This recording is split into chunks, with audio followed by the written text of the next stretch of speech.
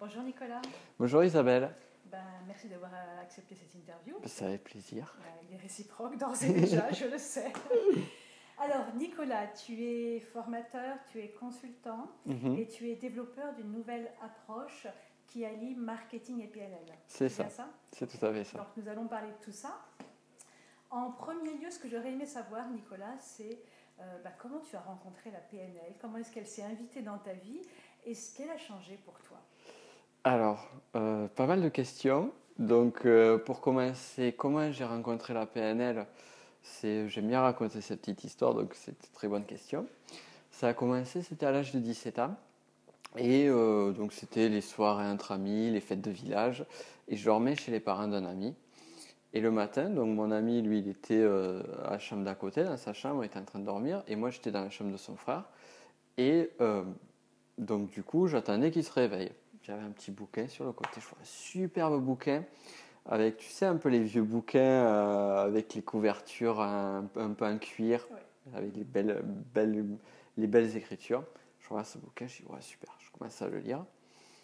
Et en lisant ce bouquin, les premiers chapitres, je me suis dit, waouh, mais c'est exactement ce que je pense. Et enfin, il y a quelque chose qui dit que voilà, notre façon de penser interagit sur ce qu'on est, sur ce qu'on peut faire, sur tout notre potentiel. Et en fait, j'étais tombé sur le premier bouquin donc, de PNL que j'ai lu, du moins qui parlait de PNL, c'était le fameux livre d'Anthony Robbins, Pouvoir illimité. Donc c'est parti de là. Et après, je suis revenu sur ce bouquin, j'ai vécu différentes choses, et petit à petit, la PNL revenait à moi de façon régulière, d'une façon ou d'une autre, jusqu'au moment où je me suis dit, lorsque je me suis vraiment mis à fond, enfin, plongé à fond sur le développement personnel, chose que je faisais déjà avant, mais que là, j'ai vraiment réussi à mieux comprendre et à mieux analyser parce qu'il y avait des écrits, donc toute une analyse derrière. Et c'est de là que je suis allé à fond et la PNL m'a énormément apporté. Et justement, pour répondre à ta seconde question, qu'est-ce que m'a apporté la PNL? J'ai envie de dire énormément de choses.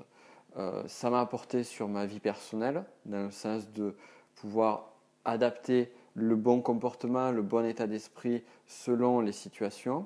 Ça m'a donné aussi des notions fondamentales comme la notion de valeur. Quelles sont les valeurs qui sont essentielles pour moi?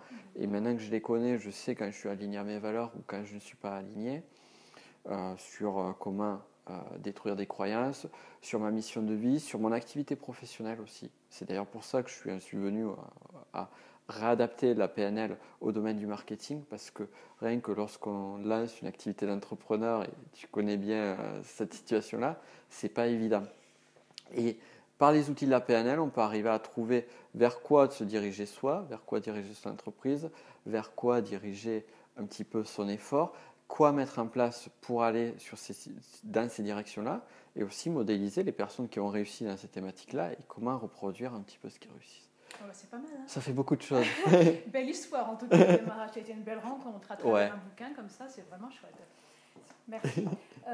Ce que j'aurais aimé te demander également, moi j'ai beaucoup de personnes qui viennent à moi pour la prise de parole ou la confiance en soi, ou l'estime de soi.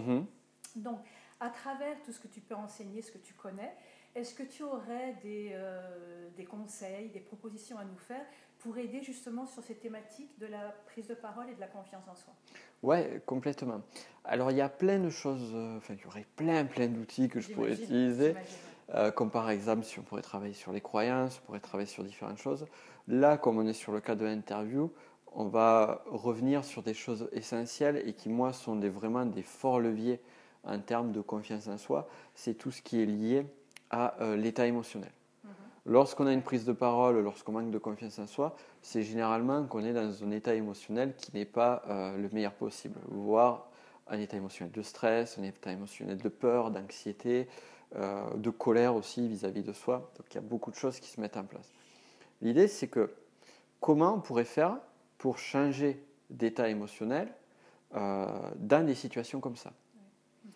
Si on revient à l'idée principale de l'état émotionnel, c'est que on ressent de la peur, on ressent du stress, mais on ressent aussi, il y a des situations où on a une vraie confiance en soi, où on est assuré, où on prend du plaisir dans ce qu'on fait, ne serait-ce que nos passions, les choses qui nous enthousiasment, le fait de passer des bons temps entre amis.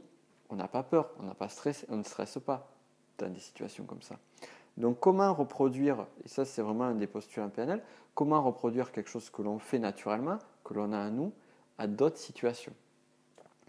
Et en fait, le point intéressant, c'est que c'est facile.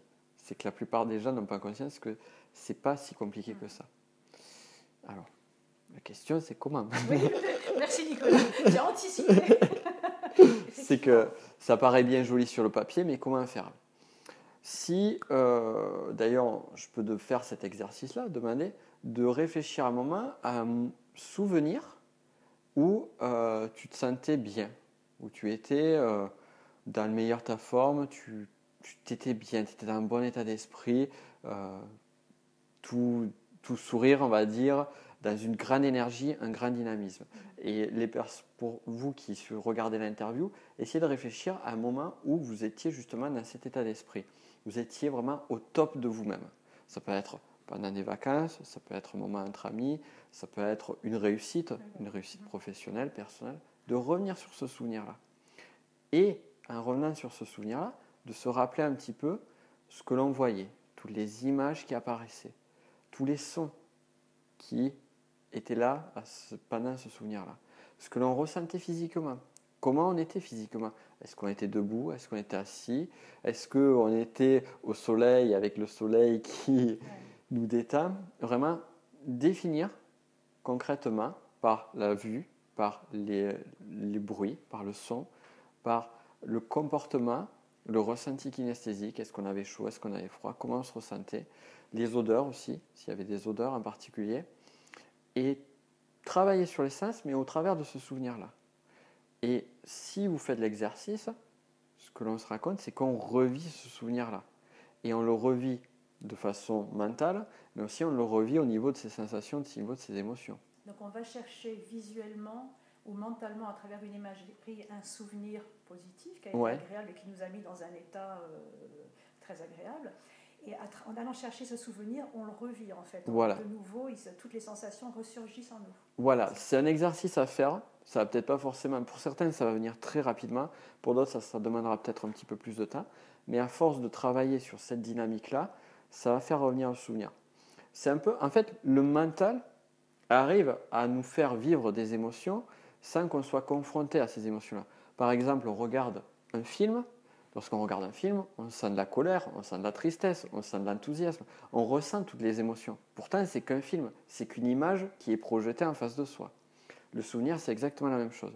C'est des images que l'on projette, des images, des sons, tout ce qui enrichit l'expérience mentalement. Mais en plus, le point double, c'est que, contrairement au souvenir, c'est quelque chose qu'on a déjà vécu. Donc si on l'a déjà vécu, il est plus facile de le revivre. Ça, c'est la première étape. Pourquoi cette étape-là? En fait, c'est la première et l'étape principale, c'est qu'en remémorant ce souvenir, on se revient dans l'état émotionnel. Et il suffit qu'on soit stressé de revenir à ce souvenir-là, de revenir à cet état émotionnel-là, et de suite, ça change l'état d'énergie, ça change la dynamique. Donc, si j'arrive, admettons, j'ai une prise de parole difficile, avant la prise de parole, je me remémore un souvenir où je regarde mes résultats de bac et j'étais super heureux parce que j'avais travaillé toute l'année et là j'ai cette énergie, je vais ressentir cette énergie autour de moi. Et ça va permettre de chasser les énergies négatives. Peut-être que ça ne les fera pas disparaître complètement, parce qu'il faut quand même être réaliste et dans certaines situations, ça les fait disparaître complètement l'état émotionnel désagréable, ou du moins, ça va l'estomper, ça va enlever. Et à force de faire ces exercices-là, parce que bien évidemment, il y a la pratique, ça part tout. On retrouve de plus en plus rapidement. Ouais.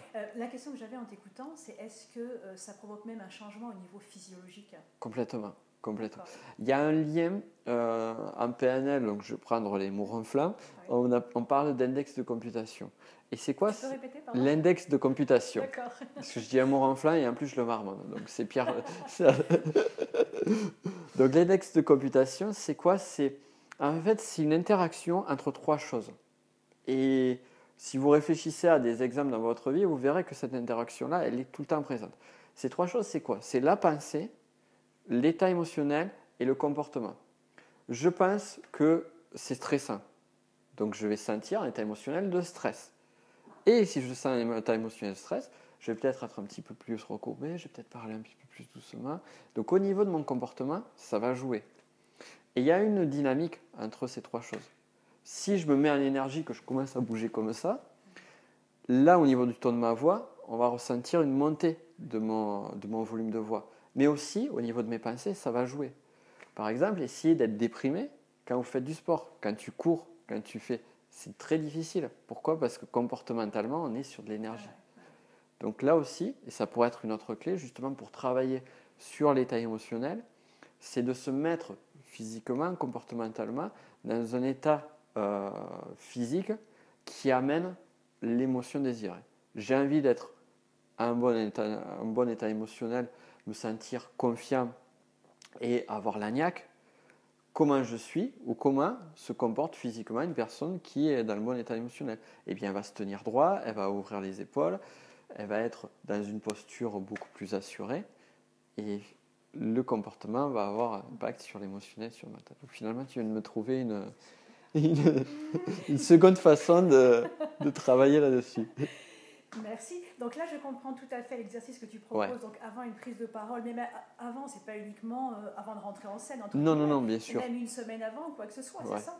Pour favoriser un état émotionnel qui prédispose à une bonne prise de parole. Un autre exercice qui peut être sympa et que j'ai fait moi-même, c'est te visualiser avant une prise de parole et donc visualiser déjà une semaine, 15 jours, 3 semaines avant, visualiser cette prise de parole et retravailler sur cet état émotionnel. Faire revenir le souvenir. Alors là, j'ai le souvenir où je me sens bien, où je me sens en forme, où je suis galvanisé. Maintenant, je vais visualiser la situation où je serai à la conférence. Et là, tac, ça fait amener, ça permet de conditionner. Et puis petit à petit, ça crée des ancrages. Donc c'est ça l'idée. Très clair. Au niveau donc de la confiance en soi et de l'estime en soi, tu proposes la même chose. Donc, oui. Revenir régulièrement à des souvenirs agréables pour lesquels on a vécu des choses intéressantes et donc on se sentait bien. Voilà. Et plus on le fait, plus on se crée presque une hygiène de vie quelque part, c'est ça? Ouais, exactement. Ce qui est intéressant aussi au niveau du souvenir, c'est toujours l'objectif. Donc là, on était sur l'objectif de la prise de parole. Si on a un objectif de confiance en soi, ou même sur un autre état d'esprit, un objectif de calme, de détente, parce que à chaque fois que je vois mon chef, je suis énervé, je suis en état de colère. Oui. Donc, toujours identifier l'objectif. Quel est l'objectif? Mon objectif, c'est être assuré à chaque fois que je vais parler à des inconnus. C'est être zen quand je vais être face à mon patron. Donc ça peut être un des objectifs. Ok, j'ai mon objectif. Quel est l'état émotionnel que j'ai envie d'avoir? Est-ce que je vais être calme? Est-ce que je vais être énergique? Est-ce que je vais être concentré? Et là, après, on va se reconnecter au souvenir qui est lié à cet état émotionnel. Et comme tu l'as dit, et c'est exactement ça, on peut travailler, répéter. Et il peut arriver que parfois, je pense à un souvenir où j'étais, par exemple, je veux du calme, je me rappelle un souvenir où j'étais calme, et puis je me dis, ah mais tiens, j'ai un autre souvenir où j'étais encore plus calme. Rien n'empêche de retravailler, d'aller faire un tour vers ces souvenirs-là. Et petit à petit, ça permet en fait, le postulat, il est très simple, il est très facile à apprendre et logique quand on y pense. C'est juste que j'ai des ressources en moi, je les ai eues à un instant T donné, pourquoi je ne pourrais pas les avoir à un autre instant? Et du moment où je sais comment les faire venir, c'est tout bénef. Donc Nicolas, ça c'est ce qu'on appelle les ancrages en PNL. Voilà, tout à fait. D'accord. Okay. Tout à fait. C'est vraiment ce principe d'ancrage qui est lié sur l'expérience de Pavlov que pas mal de personnes connaissent. C'est très intéressant. Est-ce que tu vas ajouter quelque chose ou est-ce qu'avec ces exercices, c'est déjà énorme? Déjà, c'est pas mal. Oui. Il y a un autre petit exercice que moi j'utilise beaucoup en termes de confiance, en termes d'énergie et qui permet de se connecter. Moi, ça marche très bien pour moi et ça peut vous marcher très bien pour vous. C'est la musique, tout simplement. La musique, je trouve que c'est un excellent levier pour être dans l'état émotionnel désiré. Et d'ailleurs, il y a des personnes qui ont la playlist motivation, la playlist auto. C'est la question que j'allais te poser, donc c'est ça. Tu te crées des playlists en fonction de l'état émotionnel recherché. Exactement. Je suis même plus spécifique. Je vais aller chercher la musique qui me ramène, qui me donne le plus gros effet levier sur l'état émotionnel donné. Alors généralement, c'est des musiques sur lesquelles on a vécu des choses, sur lesquelles qui ont un fort poids, et c'est souvent, et ça arrive dans tous les sens. c'est lorsqu'on écoute une musique qui est nostalgique, il y a quelque chose de nostalgique, de suite on revient à cet état-là. Parce qu'on écoute une musique style par exemple musique de Rocky, de suite ça, du moins pour moi, ça galvanise. Tout à fait. Très bonne idée. Je vais m'y mettre tout de suite. Je n'ai pas encore de playlist, je vais le faire. Avec de la faux, c'est indispensable. Nicolas, merci beaucoup pour tous ces conseils. Merci pour m'avoir invité, c'est chouette. Donc n'hésitez pas à mettre en pratique les conseils de Nicolas et de contacter Nicolas si vous le souhaitez, bien évidemment. Merci beaucoup. Merci. À bientôt. Au revoir.